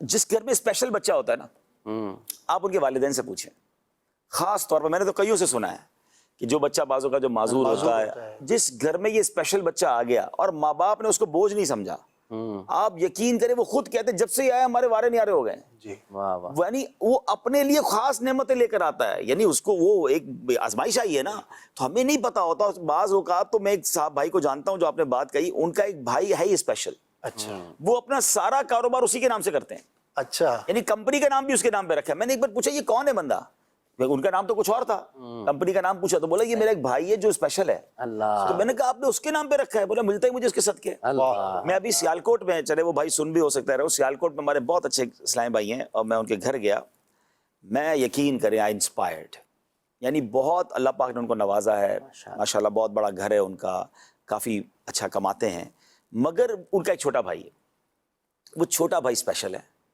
مگر وہ اپنے بھائی کو اپنا پیر بنا بیٹھے ہیں، یعنی جو ان کا انداز ہے نا اپنے بھائی سے، وہ چھوٹے بھائی کا جا کے ہاتھ چومتے ہیں، مجھ سے بھائی جان دعا کر دو، بھائی جان یہ کر دو، اور میں جو ان کا، میں نے کہا یار اس کو بات کرنا نہیں آ رہی، ہم اچھا نارمل آدمی کہہ رہا ہوں نا کہ یار محفل میں اگر وہ بیٹھا ہے تو اس کی وجہ سے عام نارملی ہاں بندہ چھپا دیتے، بندہ کہتا ہے اس کی وجہ سے میری بے عزتی ہو جائے گی، وہ تقریباً بڑی میٹنگوں میں اپنے بھائی کو لے کے جاتے ہیں، مدینہ شریف جاتے ہیں اس کو لے کے جاتے ہیں، ابھی تھوڑی دیر پہلے امریکہ لے کر گئے، میں نے کہا کیوں؟ بولا مجھے ملی اس کے صدقے رہا ہے۔ میں نے کہا واقعی یار یہ نیت ہے نا، اور یہ بھائی کمزور کا بھلا کر رہا ہے نا، یعنی وہ کمزور کو اس گھر میں بادشاہ بنایا ہوا انہوں نے، ہی از the VIP of that house۔ تو یہ بھی تو انداز ہے نا، خوبصورت میسیج ہے، کیا خوبصورت میسیج ہے۔ اور واقعی میں نے دیکھا، ابھی میں ایک تھوڑے دنوں پہلے ختم قرآن کی محفل میں گیا، میرا بیان تھا، تو 3 بچوں نے حفظ قرآن کیا تھا، مگر میں حیران یہ ہو گیا کہ اس 3 حفظ کرنے والے بچوں میں ایک بچہ اسپیشل تھا، اچھا، جو بچے بول نہیں پاتے اور کھڑے صحیح نہیں ہو پاتے، تو مجھے بتایا اس نے پورا قرآن حفظ کر لیا ہے، اور ان کے والد صاحب کا جو ان سے ماشاءاللہ جتنی بڑی انہوں نے دعوت کی تھی، تو مجھے بڑی خوشی ہوئی، کہتے ہیں نہیں ہم اس کو بالکل نارمل بچوں کی طرح ٹریٹ کرتے ہیں، جو کس کو ملتا ہے وہی اس کو دیتا ہے۔ تو یہ نہیں کرنا چاہیے کہ اگر خدا نہ خواستہ کوئی ڈپرائیوڈ ہے یا کسی کے ساتھ کوئی ایسا معاملہ ہے تو ہم اس کو حوصلہ دیں، اور کیا پتہ اس کے صدقے ہمیں کیا کچھ مل رہا ہو۔ راشد بھائی آپ بھی کچھ سنائیں ہمیں۔ جی، یہ جو آپ گفتگو فرما رہے ہیں اس سے یہ چیز بھی ہمیں سیکھنے کو ملتی ہے کہ صرف مال پیسہ اور ظاہری جو قوت اور پاور ہے یہی چیز نہیں ہوتی، بلکہ ذہانت اور قدرتی جو صلاحیتیں رب تبارک و تعالیٰ نے عطا فرمائی ہیں بندوں کو، وہ بھی کار فرما ہوتی ہیں۔ تو بعض اوقات جسمانی اعتبار سے اگر کچھ کمزوری ہوتی ہے بظاہر، لیکن رب تبارک و تعالیٰ دیگر جو اس کی حصے اور صلاحیتیں ہوتی ہیں ان کو ایکسٹرا کرتا ہے رب تبارک و تعالیٰ۔ تو ہمیں معاشرے میں رہنا ہے یا کسی بھی کام کو چلانا ہے تو تمام افراد کی صلاحیتوں کا استعمال کر کے ہی آگے بڑھنا ہے۔ انسان چاہے کہ یہ ایک ارادہ کرے کہ صرف میں اپنی ہی صلاحیتوں، اپنے اسکلز، اپنے مال اور اپنی پاور کے ذریعے ہی آگے بڑھوں گا، تو یہ ہوتا نہیں ہے عموماً ایسا۔ آپ دیکھ لیں مداربت کا جو ایک شریعت کی طرف سے پورا حکم ہے کہ ایک شخص ہے جس کے پاس پیسہ موجود ہے لیکن اس کے پاس ایکسپیرینس نہیں ہے یا اتنی ذہانت نہیں کہ وہ کاروبار کر سکے، اور اس کے مد مقابل ایک ایسا شخص ہے کہ بظاہر اس کے پاس سرمایہ نہیں ہے لیکن اس کے پاس عقل ہے، تجربہ ہے، ذہانت ہے، تو پھر شریعت نے کہا کہ ان دونوں نے آپس میں مل کے کام کرنا ہے تو برکت دونوں کو پہنچے گی۔ تو ہمیں کوئی بھی کام کرنا ہوتا ہے کسی کو معمولی نہیں سمجھنا چاہیے۔ بظاہر ہمیں ظاہری طور پر کوئی عام سا بندہ نظر آتا ہے لیکن اس میں بعض اوقات وہ صلاحیتیں قدرت کی طرف سے ودیت ہوتی ہیں جو ہماری ترقی کا بھی سبب بن سکتی ہیں۔ اس میں عبدالحبیب بھائی ایک معاشرتی ٹاپک ہے۔ ایک علاقے کا کوئی بادشاہ تھا تو غیر مسلم تھا، تو ایسی بعض اوقات بیٹھے بٹھائے اللہ کے نظام میں یا بندہ ایسی بعض چیزوں کو فضول سمجھنا شروع کر دیتا ہے نا، تو ظاہر ہے وہ تو مسلمان ہی نہیں تھا تو اس کا ایمان کیا بہرحال اس نے کہا کہ یار یہ ہماری فصلوں کو، یہ جو چڑیاں اور یہ پرندے ہیں نا، یہ اگر اتنا روزانہ کھائیں تو سال کا اتنا غلہ اور 10 سال کا اتنا، تو یہ تو ہمارے لیے بہت نقصان دہ چیز ہے۔ اللہ کی حکمتوں پر ان کی نظر ہی نہیں تھی، تو اس نے کہا ایک کیمپین چلائی کہ یار ان سب پرندوں کو نا مار دیا جائے۔ اللہ اچھا وہ پرندے جب مرے تو 1-2 سال کے بعد ان کی فصلوں میں ایک خاص قسم کی بیماری جنم لینا شروع ہو گئی، کیڑے پیدا ہونا شروع ہو گئے۔ جب اس پہلو پہ غور کیا اور ریسرچ کی تو پتہ لگا کہ یہ جو کیڑے پیدا ہو رہے ہیں دراصل وہ جو پرندے ہم نے مارے یہ ان کی غذا تھی اور وہ ان کو کھا جاتے تھے، جس کی وجہ سے ہماری فصل جو ہے وہ صحت مند پیدا ہوتی تھی اور غلے کا جو رزلٹ ہے، جو ایوریج ہے، وہ اچھی آتی تھی۔ تو بعض اوقات ہم اپنی کوتاہ نظری کی وجہ سے اللہ کے بنائے ہوئے نظام میں اور اللہ نے جو احکامات ارشاد فرمائے ہیں، جس طرح ہم کمزوروں کی بات کر رہے تھے، ہم تو کہتے یہی ہیں کہ ہم غریبوں کے آقا پہ بے حد درود، ہم فقیروں کی ثروت پہ لاکھوں سلام۔ تو غریبوں کا، کمزوروں کا، یا بظاہر وہ چیز کہ جو ہماری نظر میں فضول ہے لیکن اللہ پاک نے اسے بنایا ہے، تو اس کی جو حکمت ہے اور اس کے پیچھے جو وہ چیز ہے وہ ہمارے پیش نظر نہیں ہوتی. اس کو تو ایکو سسٹم بھی کہتے ہیں نا. یہ جتنے انسیکٹس ہیں, یہ جتنے پرندے ہیں, جتنے جناب مکھیاں ہیں, یہ سب ہمارے اس پورے سسٹم کے لیے ضروری ہے, بیلنس کے لیے ضروری, بیلنس کی ضروری ہے. بلکہ اب تو یہ بتایا جاتا ہے کہ جو آپ نے درخت کاٹ کاٹ کر یہ ہمارا ایکو سسٹم بھی برباد کر دیا نا. اب آپ ذرا سمجھیے گا, میں ذرا اہلیان پاکستان سے بات کر لوں, بلکہ بالخصوص کراچی والوں سے بات کروں. جب ہم چھوٹے تھے, مجھے اچھی طرح یاد ہے, جب ہم اسکول جاتے تھے یا مدرسے جاتے تھے, ہمیں گھر سے نکلتے ہوئے چڑیوں کی آواز آتی تھی, کوئل کی آواز آتی تھی, تتلیاں ہم نے اپنی آنکھوں سے دیکھی. اب تو شاید بچوں نے تتلیاں نہیں دیکھی, بٹر فلائی پارک لے جانا پڑتا ہے آج کل کے بچوں کو تتلیاں دکھانے کے لیے. میں نہیں سمجھتا کراچی کے بچوں نے آج اگر کسی سے پوچھے 10-15 سال کے بچے, ہم نے تتلیاں خیر پکڑی تھی, بچے تھے, اب نہیں پکڑنی چاہیے تھی, اب یاد آتا ہے, لیکن تتلیاں پکڑ کے کتاب میں رکھنا اور اس کا جو کلرفل, یعنی میں تو دیوانہ تھا نا تتلیوں کا, کیونکہ ہمارا گارڈن تھا, تو وہ جو تتلی آتی تھی نا, وہ اس کا رنگ ہی مطلب کمال ہے. مطلب شاید بچے کہہ رہے ہیں کہ یہ تتلی کس کو کہتے ہیں, تو بٹر فلائی جو ہے اگر آپ انٹرنیٹ پہ بھی سرچ کریں, اس کے جو کلرز ہیں, اللہ اکبر, اللہ کی قدرت کا یہ وہ شاہکار ہے. تو یہ اچھا, اب یہ جتنے پرندے تھے وہ سب کہاں گئے؟ ہم نے درخت کاٹ دیا. اچھا آپ کہیں یار پرندے ہم نے تو نہیں دور کیے, دور یہ کیا آپ نے ان کے گھر ہی کاٹ دیے, سبب ہی ختم کر دیا. اچھا آپ کو پتہ ہے پاکستان میں ہم جب چھوٹے تھے تو یہ بھی سنتے تھے کہ سربیا سے پرندے آتے ہیں, پتہ نہیں کون سے, اللہ کی شان ہے کہ ہزاروں کلومیٹر کا سفر کر کے کئی پرندے, کئی اسپیشیز, کئی مچھلیاں وہ سفر کرتی. پاکستان میں اب بھی ٹرٹل بیچ کراچی میں مشہور ہے کہ جہاں سال میں ایک ایسا وقت آتا ہے جہاں ٹرٹلز جو ہیں, جس کو کیچوا کہتے ہیں, کچھوا جو ہے وہ باہر آتے ہیں اور اپنے انڈے دیتے ہیں, اور وہ رات ہزاروں لوگ جمع ہوتے ہیں ساحل پہ, رات کو آتے ہیں وہ باقاعدہ دن. اچھا اللہ کی شان دیکھیں, ان کو دن بھی پتا ہے, ان کچھووں کو, ان کو ٹائم بھی پتا ہے, اور اسی وقت موسم بھی پتا ہے, اور پھر سائنس نے لوگوں کو بھی بتا دیا. تو باقاعدہ وہاں باقاعدہ ایک پورا میلہ لگتا ہے سنا ہے رات کو, اور لوگ جو کچھوے آتے ہیں اپنے انڈے دے کے. اچھا ان اللہ کی شان دیکھیں, وہ جہاں انڈا دیتے ہیں یا انڈے دیتے ہیں اس جگہ کو پھر وہ بند کرتے ہیں, وہ چلے جاتے ہیں پانی میں, اور کچھ عرصے بعد ان کو وہ جگہ بھی پتا ہوتی ہے, واپس آ کے اپنے انڈوں سے بچے نکال کے لے جاتے ہیں. تو یہ اللہ کی قدرت کے نظارے ہیں, اور یہ سب چیزیں, یعنی یہ صرف دنیا ہماری نہیں ہے, یعنی اس کو دوسرے لفظوں میں یہ سمجھیں کہ ہم سمجھے بھائی میری دنیا, باقی سب کو مار دو. یہ تتلیاں ختم ہونے کے پیچھے جو کہانی ہے وہ گارڈننگ نہ کرنا ہے. ایک اور کلچر تھا, تو تتلیاں ہوتی, شہد کی مکھیاں ہوتی, چڑیوں کی آپ نے بات کی. بڑی بوڑھیاں یا بڑے جو لوگ ہوتے تھے, ہمارے کلچر میں ایک چیز تھی کہ تقریباً گھروں میں سے جو ایکسٹرا روٹیاں یا سالن جو کوئی چیزیں بچ جاتی تھی تو اس کو کسی جگہ پر برتن میں پرندوں کے لیے الگ کر کے رکھا جاتا تھا. اچھا اب کسی ایریے کے اندر اس پر باقاعدہ سٹڈیز موجود ہیں, کسی ایک ایریے کے اندر اگر مثال 1000 گھر ہیں, 1000 میں سے 200 یا 300 گھروں کی چھتوں پر پرندوں کے لیے خوراک موجود ہے, تو ڈیفینیٹ ہے وہاں پر پرندوں نے آنا ہے, اور ان کے آنے سے وہ رونق ہونی ہے, اور جو ایکو سسٹم ہے اس نے آگے بڑھنا ہے. تو ہمارے یہ کلچر کے اندر بڑی اچھا, اس کے اندر ثواب بھی ہے. یعنی جب ہم یہ بات کر رہے ہیں تو اگر کوئی پرندے کو کھلاتا ہے اور اللہ کی رضا کے لیے کھلاتا ہے تو اس میں ثواب ہے. تو ہمارے کلچر میں یہ چیزیں تھیں. آپ نے تو تتلی کی بات کی, میں نے تو جگنو بھی دیکھے نا بچے. ہاں میں نے بھی گاؤں میں کبھی مدنی قافلے میں دیکھے, کراچی میں. اچھا اب جگنو جیسی نعمت, اور میں کہتا ہوں کہ یعنی بندہ اس پہ کتنا غور کریں, عقل جو ہے وہ حیران رہ جائے اللہ پاک کی قدرت پہ. اور وہ جب وہ اڑتا تھا اور اس کو کبھی لائٹنگ بندہ پکڑ کے ہاتھ میں لے کے اس کے اندر لائٹ, یعنی کہ ایک موونگ لائٹ ہے نیچرل. اور واقعی یہ بھی شاید بہت سارے لوگ حیران ہوں گے جگنو کیا ہمارے آس پاس ہوئے کرتے. ہاں بالکل, میں نے کراچی میں نہیں دیکھا, مجھے یاد ہے شاید کہیں اسکول کی طرف سے کہیں گئے تھے وہاں دیکھا تھا, یا مدنی قافلوں میں. جنوبی پنجاب کے علاقوں میں قافلوں میں جاتے تھے, ہو سکتا ہے وہاں پہ آپ نے دیکھا. اب بھی ہوتے ہیں وہاں پر گاؤں میں, بالکل ہوتے ہیں. اچھا اس کی ایک ڈیمانڈ ہے نا, دیکھیں ہر کریچر جو بھی ہے ہماری مخلوق ہے, اس کو ایک انوائرمنٹ چاہیے جہاں پر وہ پنپتا ہے. ٹھیک ہے, جیسے ہی وہ انوائرمنٹ آپ ختم کر دیں گے تو وہ یا تو ختم ہو جائے گی یا مائگریٹ کر جائے گی. تو اب اس کیڑے کے لیے جو انوائرمنٹ درکار تھا, وہ جھاڑیوں میں اس طرح کی چیزوں کے اندر وہ ہوا کرتا تھا, تو اب وہ جھاڑیاں ہی نہیں ہیں, درخت ہی نہیں ہیں. وہ مخصوص آواز رات کو آتی تھی, وہ کیا جھینگر کیا کہتے تھے اس کو, ہاں جی یہی لفظ, ایسے ہی لفظ ہے نا, دور سے جو آواز آتی ہے, ایسا عجیب سی آواز ہوتی ہے. اچھا پتہ نہیں مینڈک جیسی آواز تھی, لیکن وہ بھی گاؤں گوٹھوں میں ساری رات وہ ایک آواز جو ہے وہ ایک اسپیشل آواز ہوتی ہے. لیکن واقعی یہ سب اچھا اب ہم شہروں میں تارے کہاں دیکھتے ہیں, اب اتنی لائٹیں ہو گئیں, اتنا انوائرمنٹ ہو گیا, لگتا ہے ہمارے. اچھا آج اگر کراچی کے بچوں سے یا لاہور کے یا اس طرح بڑے شہروں کے بچوں سے پوچھے آسمان پر سٹارز, تو سٹارز کہاں ہوتے ہیں؟ سٹار تو نہیں ہوتے آسمان پر, کیونکہ نظر ہی نہیں آتے.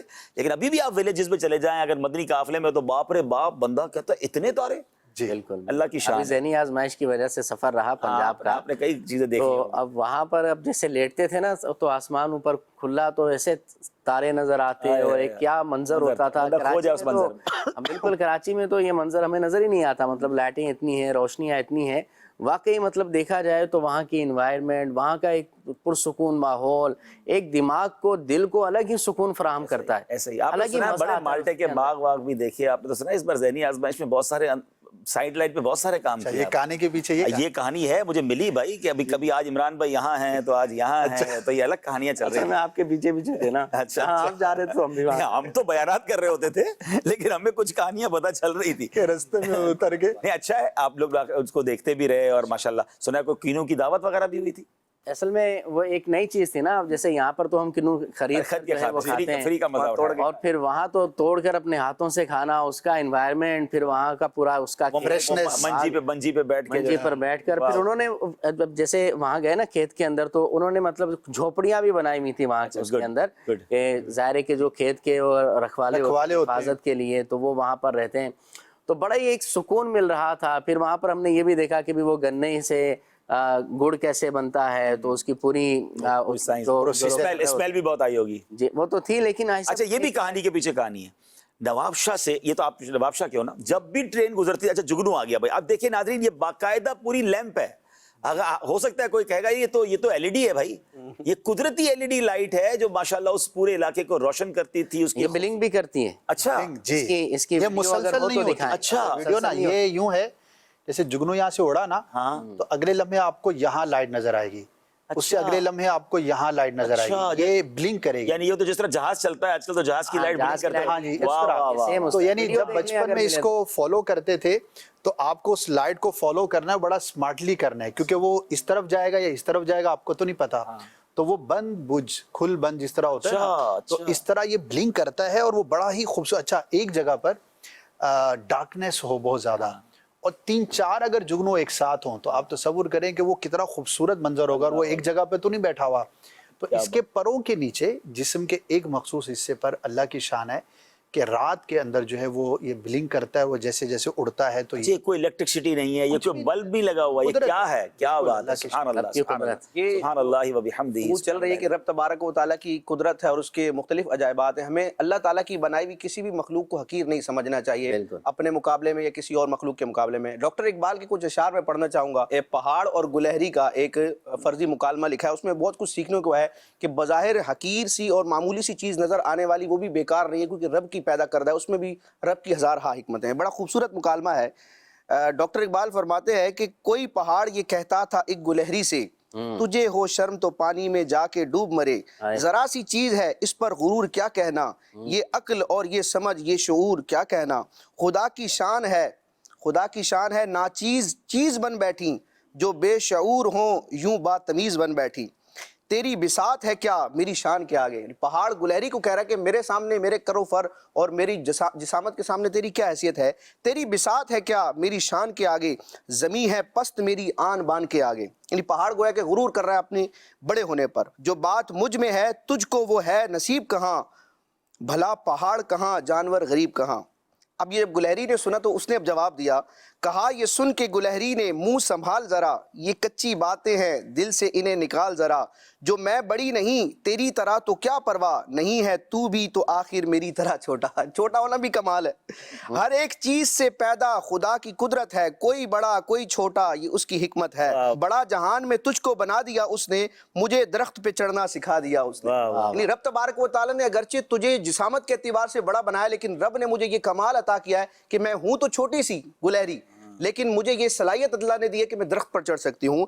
بڑا جہان میں تجھ کو بنا دیا اس نے، مجھے درخت پہ چڑھنا سکھا دیا اس نے، قدم اٹھانے کی طاقت نہیں ذرا تجھ میں، اے پہاڑ قدم اٹھانے کی طاقت نہیں ذرا تجھ میں، نری بڑائی ہے خوبی ہے اور کیا تجھ میں۔ یعنی صرف تیرا بڑا پن ہے ورنہ تیرے میں خوبی کیا ہے، جو تو بڑا ہے تو مجھ سے ہنر دکھا مجھ کو، جو تو بڑا ہے مجھ سے تو ہنر دکھا مجھ کو، یہ چھا لیا ہی ذرا توڑ کر دکھا مجھ کو، نہیں ہے چیز نکمی کوئی زمانے میں، کوئی برا نہیں قدرت کے کارخانے میں. ویسے یہ چھالیہ والا جو شعر ہے نا یہ کراچی والوں کے لیے بڑا زبردست ہے. زبردست. بہرحال اسد بھائی میرا خیال ہے وہ جو آپ نے بات بڑی کمال کی کہ اللہ تعالیٰ کی حکمتیں اور پھر یہ تمام چیزیں اس کی کوئی نہ کوئی وجہ ہے اور اس کی اہمیت ہے. ایک واقعہ حضرت موسیٰ علیہ السلام کا جو جانور کی بولی والا اگر وہ سنائیں آپ. بہت ہی زبردست واقعہ ریلیونٹ ہے. مولانا روم رحمۃ اللہ تعالی علیہ نے یہ واقعہ لکھا. ایک شخص تھا موسیٰ علیہ السلام کے پاس آ کر کہنے لگا کہ آپ اللہ پاک سے دعا کیجئے میرے حق میں کہ مجھے جانوروں کی بولی سمجھ میں آنا شروع ہو جائے. آپ نے اسے منع کیا کہ اس چکر میں مت پڑو، ذرا اللہ کی قدرت ہے، شان ہے، اس کا نظام ہے. بار اس نے بہت زیادہ اصرار کیا تو آپ نے اللہ پاک کی بارگاہ میں دعا کی تو اللہ پاک نے موسیٰ علیہ السلام کی ریکویسٹ پر اس شخص کے لیے یہ صلاحیت اس کو عطا فرما دی. اب وہ جانوروں کی بولیاں جو ہے وہ سنتا اور سمجھ لیتا. اس کے سامنے ایک کہانی تھی کہ یہ کمال مجھے مل جائے، یہ کمال مجھے مل جائے، وہ اسے مل گیا. اب اسے مل گیا. اب وہ گھر سے باہر نکلا تو اس نے ایک کتے کو اور مرغے کو آپس میں لڑتے ہوئے پایا. وہ اپنی لینگویج میں بات کر رہے تھے لیکن اب اس کے پاس یہ صلاحیت تھی. ہوا یہ کہ اس نے جب روٹی کے کچھ ٹکڑے جو ہے وہ پھینکے تو وہ فوراً مرغے نے اٹھا کر کھا لیا. تو کتے نے اس سے شکایت کی کہ تو چونچ کے ذریعے مٹی کے اندر جو چھوٹے چھوٹے دانے ہیں اسے بھی تلاش کر کھا سکتا ہے. یہ روٹی کا لقمہ تھا، مجھے کھانے دیتا، میں جو ہے وہ تیری طرح جو چھوٹے چھوٹے دانے نہیں کھا سکتا. تو مرغے نے اس کو کہا کتے کو کہ تو پریشان نہ ہو، ہمارے مالک کا جو وہ چھوٹا جانور ہے کل وہ مر جائے گا. ظاہر ہے کہ جب جانور مر جائے گا تو اس کو پھینک دیا جائے گا تو تیرے لیے تو غذا ہی غذا ہوگی، گوشت مل جائے گا تجھے. اب اس مالک نے یہ اس کی بات سمجھ لی، سن لی، جو پہلے اس کو نہیں سمجھ میں آتی تھی. اس نے کہا اچھا کل میرا جانور مر جائے گا. اس نے کل کا انتظار کیے بغیر آج ہی اس جانور کو بیچ ڈالا. جب اگلے دن کتا انتظار میں تھا کہ جانور مرے گا میں کھاؤں گا تو جانور تو وہاں تھا ہی نہیں. اس نے مرغے کے ساتھ آ کر شکایت کی اور کہا کہ تو نے تو مجھے کہا تھا کہ کل جانور مر جائے گا لیکن وہ تو جانور ہی غائب ہو گیا. تو اس نے کہا کہ ذرا صبر کر لے. ہوا یہ کہ ہمارے مالک نے آج اس جانور کو بیچ دیا، وہ دوسری جگہ پر جا کر مرا ہے اس لیے تو محروم رہ گیا، لیکن تو ٹینشن نہ لے، اس کا جو گھوڑا ہے جو کہ اس جانور سے بھی بڑا ہے وہ کل مر جائے گا تو تجھے کھانے کو مل جائے گا. کتے نے کہا چلو ایک دن اور انتظار کر لیتے ہیں. یہ گفتگو بھی مالک نے سمجھ لی. اس نے کہا کہ کمال ہو گیا، زبردست. تو اس نے گھوڑے کو بھی کل آنے سے پہلے پہلے بیچ ڈالا. پھر وہی مرغے اور کتے کے اندر مکالمہ ہوا. پھر اس نے کہا کہ اچھا اب ٹینشن نہ لے، کل جو ہے آقا کا جو فلاں غلام ہے وہ مر جائے گا اور اس کے مرنے پر بہت سارے لوگ آئیں گے، کھانا پکے گا، بٹے گا تو تیرے حصے کے اندر بہت کچھ آ جائے گا. تو مالک نے کہا واہ یار یہ تو زبردست ہو گیا، میں پہلے چھوٹے جانور کے نقصان سے بچا، پھر گھوڑے کے نقصان سے بچا، اب غلام کے نقصان سے، پھر بیچ میں اونٹ کا بھی تذکرہ ہے. تو بہرحال اس نے یہ چیزیں بیچ ڈالی، غلام بھی بیچ دیا، وہ اونٹ بھی بیچ دیا اور اس طرح اپنے یہ سب اگلے دن جا کر دوسری جگہ جا کے برتے بھی رہے، واقع ہوتا رہا. اور مرغا یہی تسلی دیتا رہا کہ میں نے تیرے ساتھ دھوکہ نہیں کیا، جھوٹ نہیں بولا، یہ سب جو میں نے کہا تھا مجھے اللہ کی جانب سے معلوم کسی ذریعے سے ہو گیا تھا، لیکن یہ دوسری جگہ پہ جا کر یہ سارے واقعات ہوتے رہے، لیکن اس علاقے کے اندر اور اس گھر کے اندر یہ واقعہ نہیں ہو پایا. بہرحال یہ چلتا رہا. ایک دن جو ہے پھر مرغے نے ایک بڑی عجیب بات کہی. اس نے کہا کہ اب تو ٹینشن نہ لے، کل جو ہے ہمارے آقا کا انتقال ہو جائے گا، جب وہ مرے گا تو رشتہ دار آئیں گے اس کی فاتحہ خوانی کے لیے، یا کھانا پکایا جاتا ہے کسی کے مرنے پر، کھلایا جاتا ہے. اب اتنے سارے لوگ جب کھانا کھائیں گے یہ ساری چیز ہوگی تو پھر جو ہے نا اس کا حساب کتاب تجھے مل جائے گا.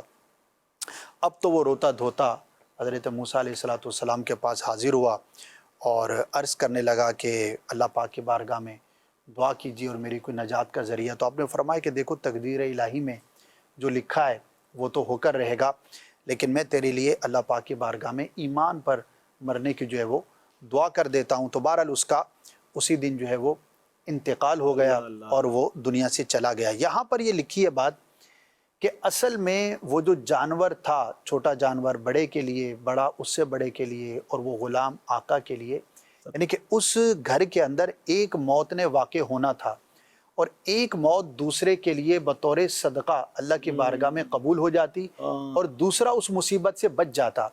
اب وہ چھوٹی مصیبت سے بچ گیا، بڑی میں مبتلا ہوا، اس سے بڑی میں مبتلا ہوا، اس سے بڑی میں مبتلا ہوا.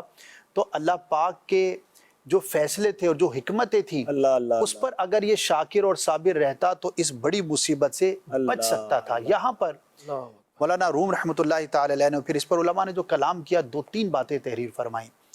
سب سے پہلی بات کہ بظاہر کہانی تو یہ ہے کہ جانوروں کی زبان ہمیں سمجھ میں نہیں آتی، بظاہر یہی ہے. یہ کتنی بڑی نعمت ہے. لیکن اس کے پیچھے جو اللہ کی حکمت ہے کہ ہر بات کا ہمیں علم ہونا ہمارے لیے مفید ہو، یہ ضروری نہیں. بہت خوبصورت بات. بہت ساری چیزیں ایسی ہیں کہ جن کا معلوم نہ ہونا ہی ہمارے حق میں بہتر ہوتا ہے. یا یوں کہیے کہ آج اس کا معلوم نہ ہونا نعمت اور 10 سال کے بعد اس کا معلوم ہونا نعمت. اسی لیے علم کے بارے میں بھی جب علماء بیان کرتے ہیں تو کس کو کتنی کیا بات کرنی ہے، اس کا مینٹل لیول کیا ہے. بعض اوقات لوگ کہتے ہیں کہ یار کتابوں میں یہ بات لکھی ہوئی ہے تو ہمیں کیوں نہیں بتائی. تو ہر وہ بات جو کتاب میں لکھی ہو وہ ہر عام شخص کو بتائی جائے اس کے لیے مفید ہو، ضروری نہیں. کتاب پڑھنے والے کا علم اور اس منصب اور مقام پر پہنچنے والے کی ذہنی سطح ایک عام جاہل کے مقابلے میں مختلف ہوتی ہے. تو ہر چیز کا علم ہونا ہمارے لیے حکمت کے مطابق ہو یہ ضروری نہیں. تو اللہ کی یہ حکمت ہے کہ اس نے اس کائنات کے بہت سارے مظاہر، بہت سارے فیصلے، بہت سارے علوم کو ہم پر ظاہر نہیں فرمایا، ورنہ ہماری اس کے اندر سکت ہی نہیں کہ اس کو ایبزالو کر سکیں. تو ایک تو یہ بات، اور اس پر ایک آیت کریمہ بڑی ہی زبردست ہے کہ ہم لوگ جو ہے وہ بعض اوقات پیچھے پڑ جاتے ہیں کہ ضرور بتاؤ، حضور ہمیں بتا دیجیے. بھائی ایک فیصلہ ہوا، ایک مشورہ ہوا ہے، بھئی آپ کو بتانے کا نہیں ہے، جبھی تو آپ اس مشورے میں نہیں تھے.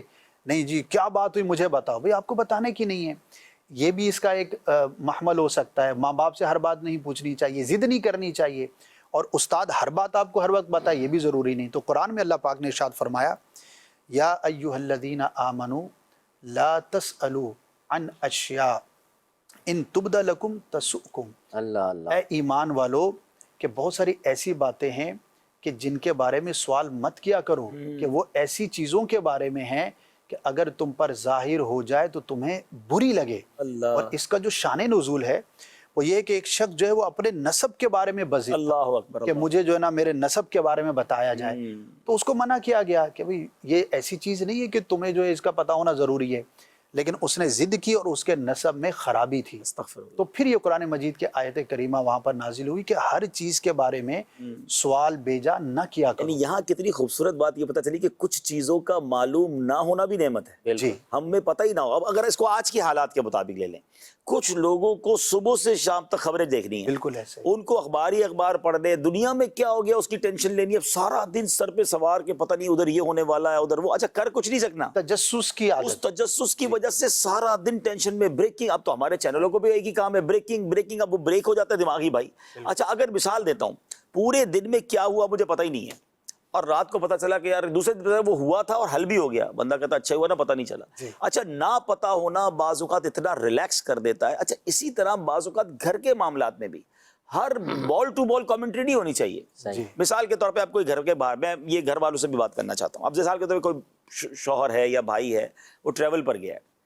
اب صبح سر میں درد ہوا گھر میں کسی کو، اس کو بیرون ملک بتا رہے ہیں سر میں درد ہوا، آج کھانا نہیں کھایا، آج نیند نہیں آئی. اب وہ نہ آپ کو نیند دے سکتا ہے نہ کھانا. اب وہ گیا ادھر پریشان. اچھا اس کو یا تو یہ بتاتے ہیں یا اس کو ہر وقت تجسس ہوتا ہے میں کھانا کھایا نہیں کھایا. اب اتنا زیادہ کنیکشن بھی بعض اوقات آپ جس کام کے لیے گئے نا وہ آپ کو ڈسٹرب کر دیتا ہے. آپ 2-3 دن بعد معلوم کریں ہاں ایک دن ہوا تھا تھوڑا سا بخار، شام کو ٹھیک ہو گیا، ورنہ صبح سے شام تک ادھر بھی بخار تھا ادھر بھی بخار ہو جاتا، کیونکہ وہ کر کچھ نہیں پاتا مگر وہ ٹینشن میں رہتا. اس وقت تو بہت زیادہ کنیکٹیویٹی بھی جو ہے نا، انفارمیشن کا سیلاب کہتے ہیں آج کل. اتنا انفارمیشن آ رہی ہے اور اس قدر زیادہ آ رہی ہے جو آپ کو چین نہیں لینے دے رہی. اب تو بڑے بڑے لوگوں نے ایک فارمولہ اختیار کرنا شروع کیا ہے.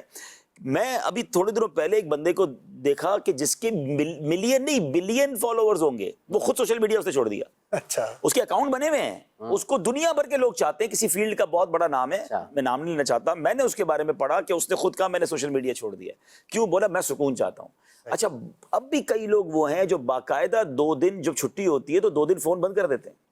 صحیح. اب بھی کئی لوگ دنیا میں وہ ہیں جو شام 5-6 بجے کے بعد گھر جا کر کسی کا فون نہیں سنتے. ڈیجیٹل چھٹی پہ، ڈیجیٹل گھر، اب گھر پہنچ گئے تو وہ گھر والے بن گئے. اور ہمارے یہاں حال یہ کہ رات 12 بجے تک کاروبار چل رہا ہے. ہاں ابھی بتاتا ہوں. ارے بھائی کیوں بتاتا ہوں؟ کل دن میں کرو نا کاروبار. تو اب ہمیں کچھ نہ کچھ دیکھیں، یہ اگر دنیا نے نظام بنایا ہے نا ویکیشن کا، چھٹی کا، ریلیکسیشن کا، تو یہ ٹھیک ہے، یہ انسان کے ذہن کے لیے بھی ضروری ہے. اور پھر خاص طور پہ پورے سال میں اتنی معلومات نہیں ملتی تھی جو ایک دن میں موبائل کے ذریعے پھر وہ درست ہیں غلط ہیں اس کا نہیں پتا، انبار تو لگ رہا ہے نا دماغ میں. پھر وہ ریلیونٹ ہے یا نہیں. دیکھیے ایک تحقیق بہت یہ ہے خوبصورت عبدالحبیب بھائی بات، اس ریلیونٹ. وقت کہ آج جو مسئلے مسائل ہیں ہمارے ملک میں ہیں یا ہماری دنیا میں ہیں، سوسائٹی میں ہیں، آج سے 50 سال پہلے بعض اوقات اس سے بھی زیادہ بڑے مسئلے ہوتے تھے، جی، لیکن وہ چونکہ ہم سے ریلیونٹ نہیں پتہ بھی ہے. نہیں چلتا افریقہ کے کسی جنگل کے اندر کوئی واقعہ ہوا تو میں ٹھیک ہے، اگر برا ہوا تو میں اس کو اپریشیٹ تو نہیں کروں گا، لیکن وہ ڈائریکٹلی مجھے ہٹ نہیں کرتا تھا. ٹھیک ہے. لیکن اب due to the tsunami of information اور ارریلیونٹ معلومات کا بکثرت ہونا، میں نہ اس کے لیے حل کر سکتا ہوں، نہ اس کے لیے کوئی دعا کر سکتا ہوں، نہ اس کے لیے کوئی کام کر سکتا ہوں، کچھ بھی نہیں کر سکتا. لیکن میرے دماغ کو وہ ہٹ کر رہا ہے، میں یہاں بیٹھے اس تکلیف کو محسوس کر رہا ایسا ہی ہوں ہے. جو آج سے 40 سال پہلے کا انسان نہیں کرتا تھا.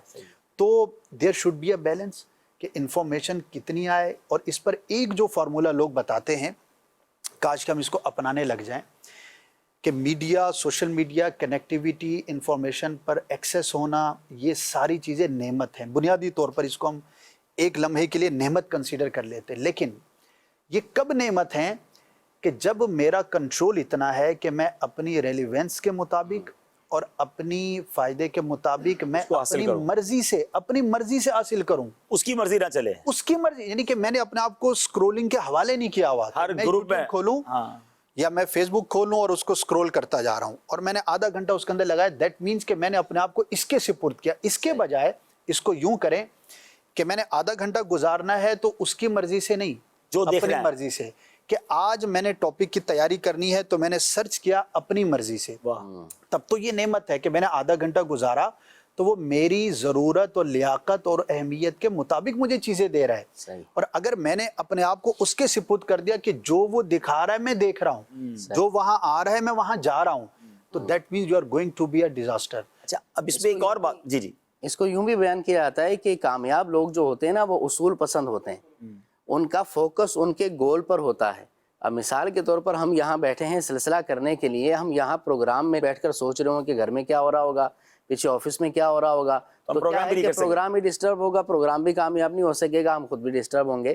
اگر ہم پانی بھی پی رہے ہیں نا تو پانی پینے کے وقت کے اندر پورا فوکس ہمارا پانی پینے پر ہونا چاہیے کہ سکون کے ساتھ، لطف لیتے ہوئے، مزے کے ساتھ بندہ پانی پیے. ورنہ پانی بھی گر رہا ہوگا، پانی بھی گر رہا ہوگا، بندہ پریشان ہی ہوگا. تو بہرحال جو بھی کام کریں اس کا ٹائم تو اس میں لگے گا ہی، لیکن یہ ایمانداری کے ساتھ اپنے ذہن کو، اس پر دل و دماغ کو فوکس کرتے ہوئے ہر کام کو کریں تو وہ پرفیکٹلی کام بھی ہوتا ہے، سکون بھی رہتا ہے لائف میں. پانی اور کھانے پینے کی فوکس کی بات نہیں، ہمارے جو گھر کی اسلامی بہنیں نا، ان کا بڑا دکھ ہے. پتہ ہے کیا ہے؟